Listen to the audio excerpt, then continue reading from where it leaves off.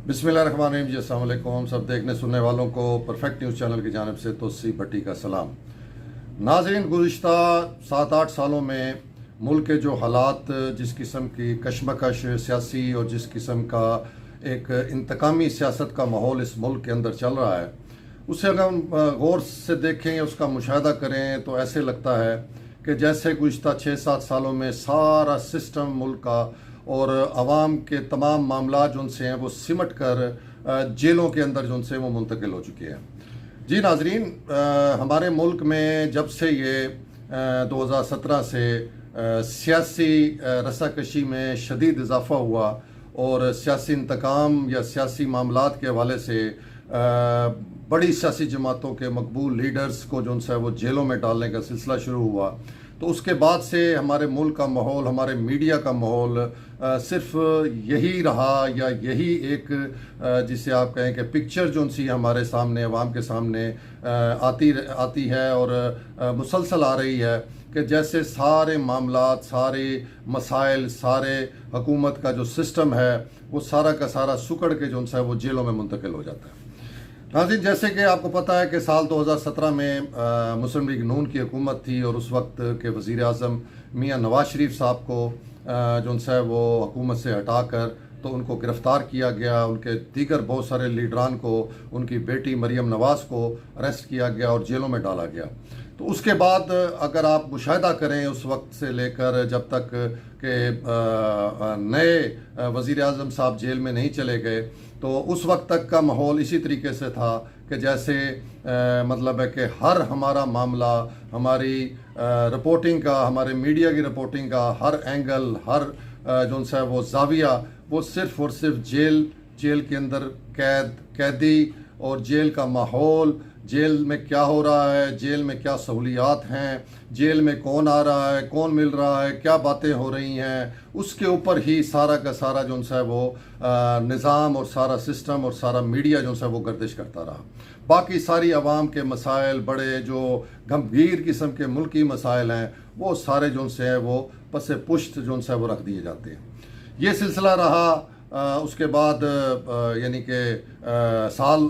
पहले जो है मई में मेरे ख्याल में जो है वो दोबारा साबिक वज़ीर आज़म एक और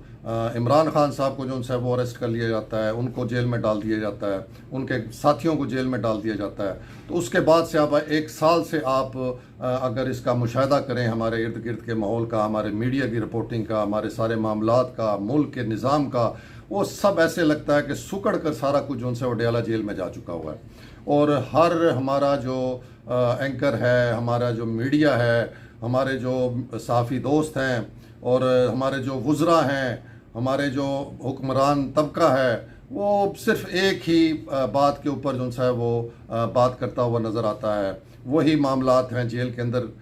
के मामलात हैं, जेल के कैदी के हवाले से मामलात हैं कि वहाँ पर वो क्या कर रहे हैं, क्या खा रहे हैं, क्या पी रहे हैं, कैसे रह रहे हैं, क्या सहूलियात हैं,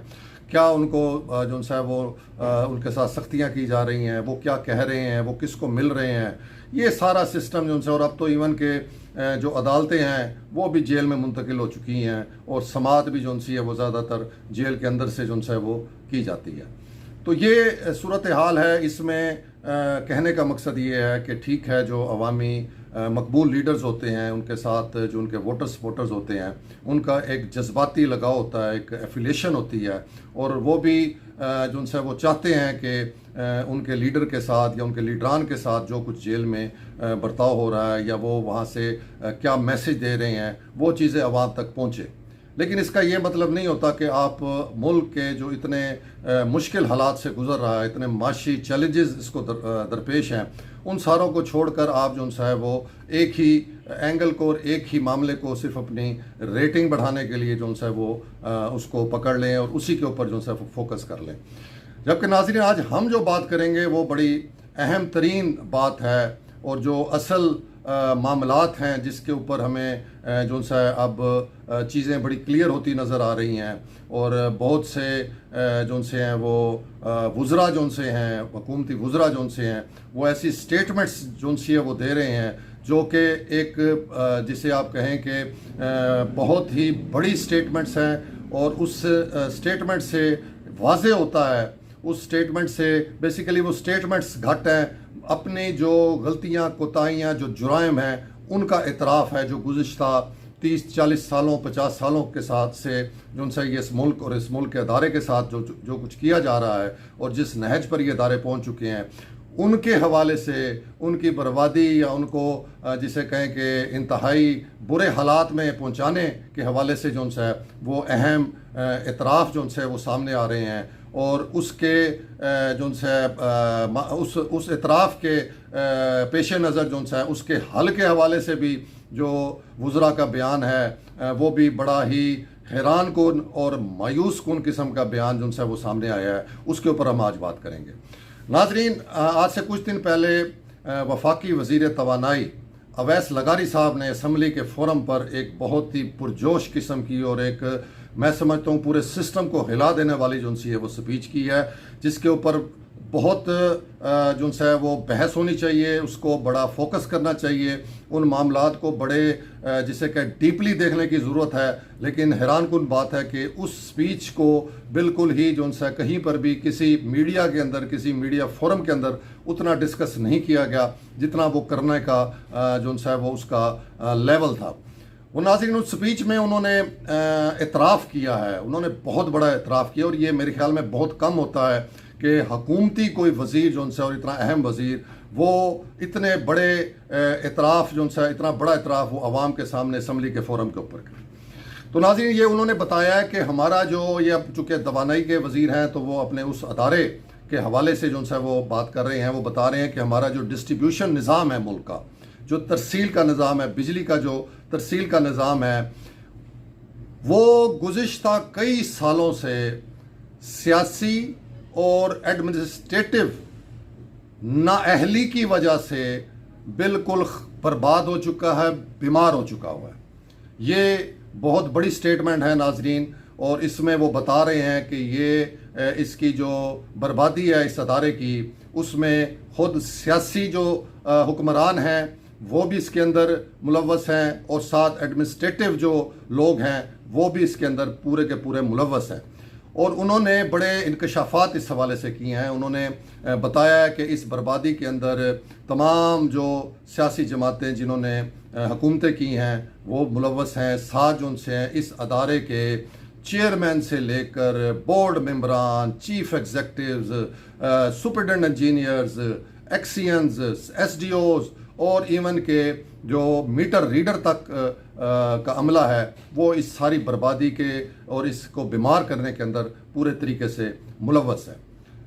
उसमें उन्होंने मज़ीद ये भी इंकशाफ किया नाजरीन के पहले तो बिजली चोरी का हम सुनते थे कि सिर्फ एक तो कुंडों के ज़रिए गैर कानूनी तौर पे बिजली चोरी की जाती है, कोई मीटर टेम्परिंग के ज़रिए जो सी है वो चोरी की जाती है, या फिर ये होता है कि बहुत से पाकिस्तान के ऐसे नोगो एरिया हैं जहाँ पर हुकूमत की रिट नहीं है, वहाँ पर बिल ही अदा नहीं किए जाते। उसका भी उन्होंने इतराफ़ किया है इस बात का। लेकिन जो दूसरा बड़ा इंकशाफ किया है वो ये किया है कि सिर्फ कुंडे और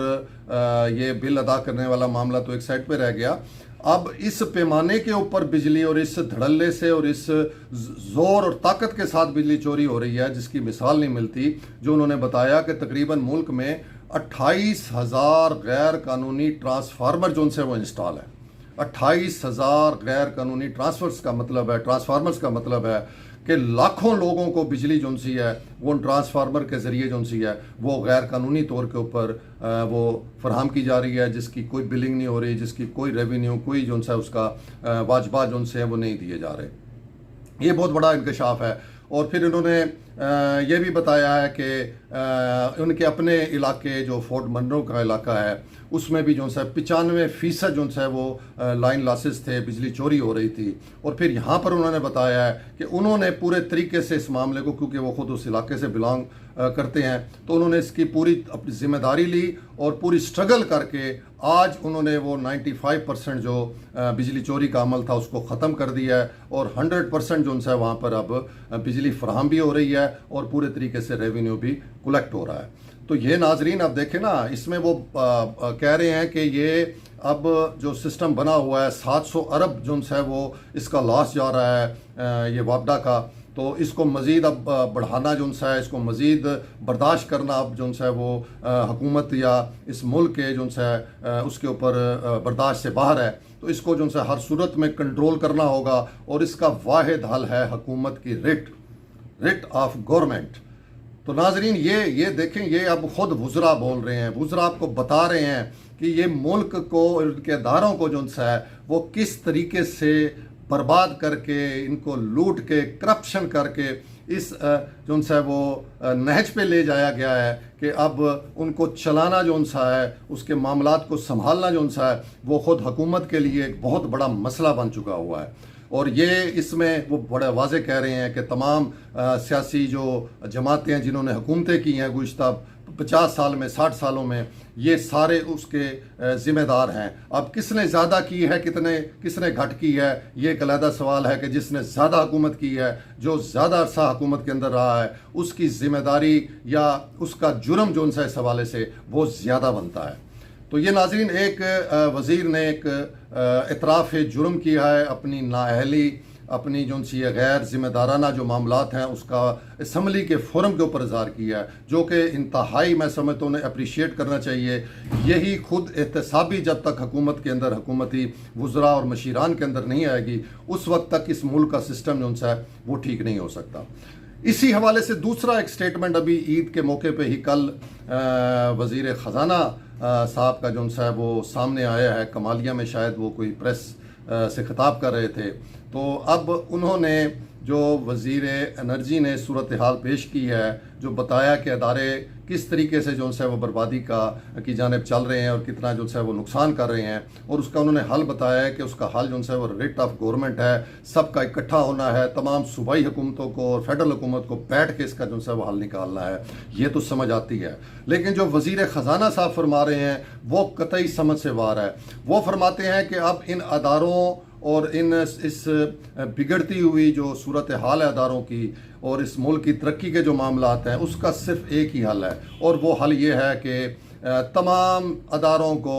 प्राइवेटाइज कर दिया जाए, निजी सेक्टर को दे दिया जाए, और उसके बाद ही ये मुल्क जो है तरक्की कर सकता है और अदारे जो हैं वो बेहतर जो है वो कारकर्दगी करेंगे, रेवेन्यू ज़्यादा होगा, जिससे मुल्क जो है वो तरक्की करेगा। तो इंतहाई अफसोस के साथ वज़ीर ख़जाना साहब से कि ये कौन सा हल है? अगर यही हल है आपके पास तो फिर आपकी क्या ज़रूरत है, इस हुकूमत की क्या ज़रूरत है, इतनी बड़ी वज़ीर और मशीरों की फ़ौजों की क्या ज़रूरत है? तो फिर तो ये सारा सेटअप भी प्राइवेटाइज कर दिया जाए, हुकूमत भी किसी कंपनी को, किसी अहल लोगों की कंपनी को जो है दे दी जाए, ताकि वो पूरे मुल्क का निज़ाम ही संभालें और इस मुल्क को जो है इन कर्ज़ों की दलदल से और इस महंगाई के जो तूफ़ान है इससे निकालें। तो ये इंतहाई मायूस कुन किस्म का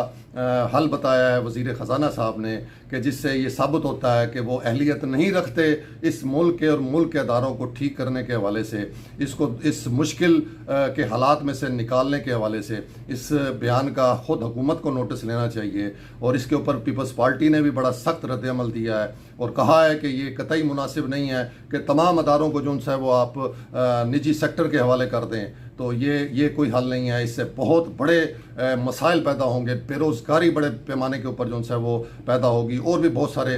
मसाइल जो से हैं वो पैदा होंगे, और ये हल नहीं है, ये किसी सूरत में नाजरीन हल नहीं है। ये नाअहलियत है कि आपको अगर आवाम ने वोट देकर इसलिए वोट दिए हैं बकौल आपके कि आपको वोट दिए गए हैं, अभी वो भी जिसे कहें कि वो एक तराजे का शिकार है मामला, लेकिन चलें अभी आप हुकूमत में बैठे हैं, आवाम ने आपको यहाँ पर बिठाया है, इन ऐवानों में बिठाया है, तो ये समझ के आपको बिठाया है, ये समझ के आपको वोट दिया है कि आप अहल हैं इस चीज़ के, आप हुकूमत चलाने के अहल हैं, आप हुकूमत के मामलात को चलाने का तजर्बा रखते हैं, और इस मुल्क को मुश्किल और इस मुल्क के अदारों को मुश्किल से और जिसमें ये फंसे हुए हैं उससे निकालने की आप अहलियत रखते हैं। लेकिन जब आप इस किस्म का स्टेटमेंट देते हैं तो इससे ये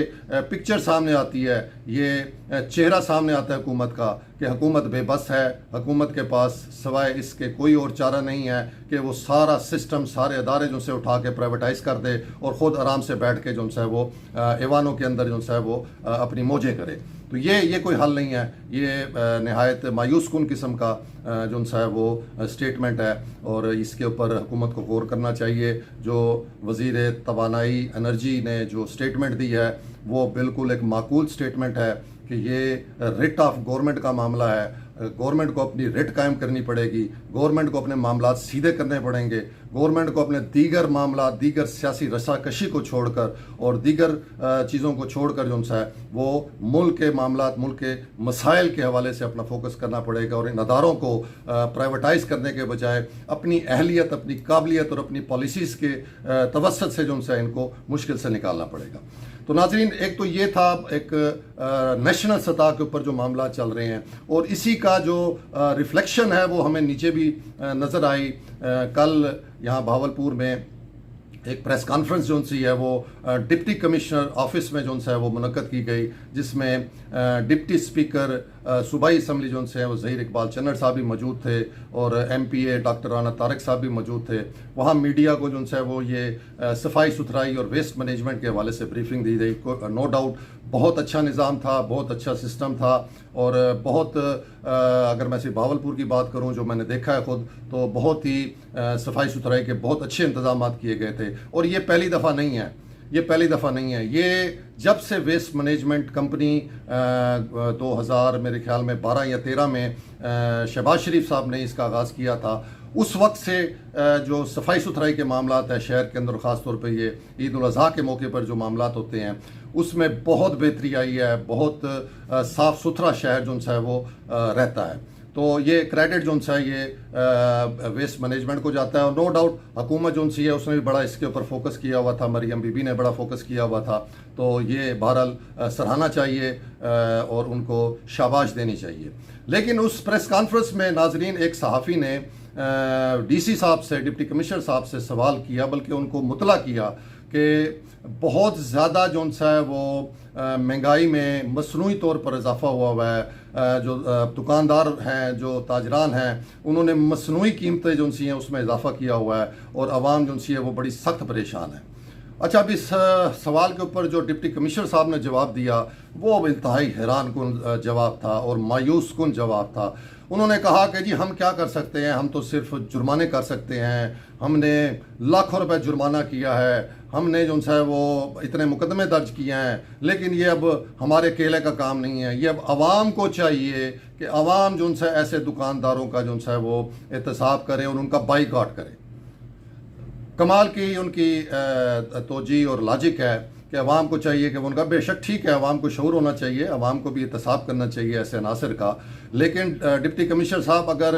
ये सारा कुछ आप अपने कंधे से उठाकर और अवाम के कंधे पे डाल देंगे, साथ उनसे ये भी उन्होंने ये भी जिक्र किया कि हम जो इंक्रोचमेंट है उसके ऊपर भी हम कार्रवाई करते हैं। जब हम जाते हैं तो बाज़ार जो है वो साफ़ हो जाते हैं, जैसे हम वापस आते हैं तो फिर दोबारा से इंक्रोचमेंट्स हो जाती हैं। तो ये बेसिकली आपका अपने सिस्टम की, आपके अपने निज़ाम की कमज़ोरी है। आपके जो लोग जो जिम्मेदारान हैं इन सारी चीज़ों को देखने के लिए, इसका तदारक करने के लिए, उनके अंदर गड़बड़ है, वो नहीं चाहते, उनकी नीयतों में फतूर है। अगर इस तरीके की आपकी लॉजिक को मान लिया जाए डिप्टी कमिश्नर साहब, तो फिर तो कल को TPO साहब कहेंगे कि हमने तो बड़े पर्चे दर्ज किए, हमने बड़े मुकदमात दर्ज किए, लेकिन जुराइम घट नहीं हो रहे, तो लिहाजा अब आवाम को चाहिए कि वो मुजरमों का बाइकआउट कर दें। तो ये सलूशन नहीं है, ये कतई मायूस कुन बयान है। ये आपकी जो सी है वो बता रही है कि आप शायद ख़ुद इस सिस्टम को चलाने में नाकाम हो चुके हुए हैं और इन मामलात को कंट्रोल करने में नाकाम हो चुके हुए हैं। तो ये ऐसा स्टेटमेंट जो है किसी ज़िले के हेड के जो है वो मुंह से वो मुनासिब नहीं है। इसमें भी यही गुजारिश होगी कि अपने सिस्टम को मजबूत करें। रिट ऑफ गवर्नमेंट जो आपके वज़ीर साहब भी कह रहे हैं कि तमाम मसाइल का हल जो है वो रिट ऑफ गवर्नमेंट के ऊपर है कि अपनी रिट कायम करें। ऐसे नहीं हो सकता कि आप ये सारी जिम्मेदारी अवाम के ऊपर डाल के खुद मुबर्रा हो जाएं और तमाम जो सी है वो कमियाँ बेशियों के जिम्मेदार अवाम को ठहरा दें। तो नाज़रीन, ये था आज का व्लॉग। उम्मीद है आपको पसंद आया होगा। अपना बहुत ख्याल कीजिएगा। तो सी भट्टी को इजाज़त। अल्लाह।